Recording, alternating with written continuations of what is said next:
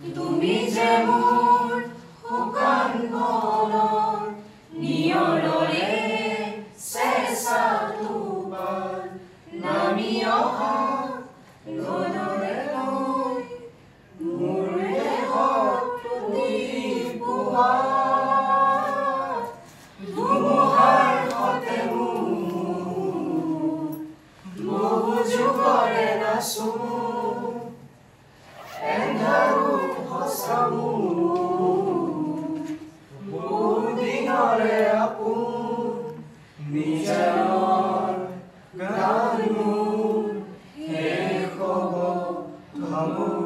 তোমাৰ বুকুত মায়াবিনী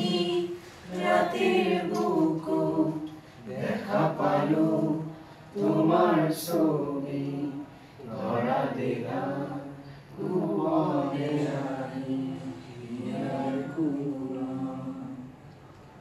তুমি যে মোৰ শুকান বনৰ নিয়ৰৰে চেঁচা টোপাল নামি অহা ৰ'দৰে লৈ মোৰ দেহত প্ৰতিপুৱা ধুমুহাৰ সতে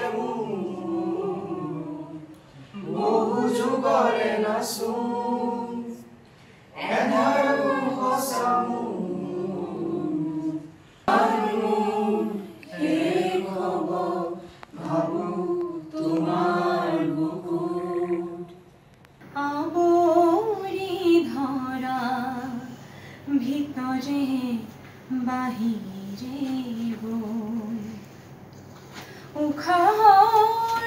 গভীৰ পিয়াহত তুমি যেন জীয়া চৰাই হন তুমি যেন পপীয়া তৰা আকাশৰ বুটিন অসম তথা ভাৰতৰ সংস্কৃতি জগতৰ মহাতাৰকা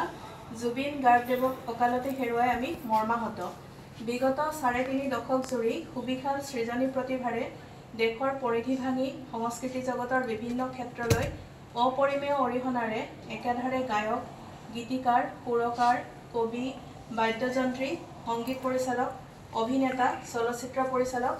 প্ৰযোজক গাৰ্গদেৱৰ অকাল কায়িক বিয়োগ ৰাজ্য আৰু দেশৰ সংস্কৃতিৰ ক্ষেত্ৰ তথা সামগ্ৰিকভাৱে আমাৰ সমাজ জীৱনৰ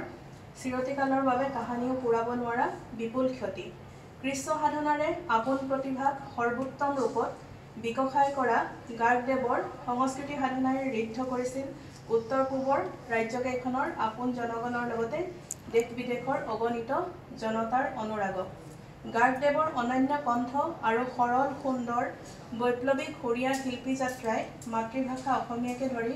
দেশৰ প্ৰায়বোৰ ভাষাৰে সংগীত ক্ষেত্ৰক সমৃদ্ধ কৰাৰ লগতে পূৰ্ণ কৰিছিল লক্ষ কোটি শ্ৰোতা জনতাৰ শিল্প তৃষ্ণাক। শিল্প সাধনাৰ স্বীকৃতিস্বৰূপে বিভিন্ন সময়ত বিভিন্ন ক্ষেত্ৰৰ পৰা শ্ৰেষ্ঠ কণ্ঠশিল্পী, শ্ৰেষ্ঠ সংগীত পৰিচালক আদি নানান ৰাষ্ট্ৰীয় আৰু আন্তঃৰাষ্ট্ৰীয় সন্মানেৰে সন্মানিত গাৰ্গদেৱে জাতিৰ সংকট কালত সদায় নিৰ্ভীকভাৱে জনতাৰ হৈ মাত মাতি আহিছিল। এগৰাকী সদা সমাজ সচেতন নাগৰিক তথা দৃঢ়চেতা দেশপ্ৰেমিক, প্ৰকৃতিপ্ৰেমিক, বিজ্ঞানমনস্ক, আধুনিক মনৰ শিল্পপ্ৰেমিক হিচাপেও আই জননীৰ সন্তানসকলে সদায় মনত ৰাখিব গাৰ্গদেৱক।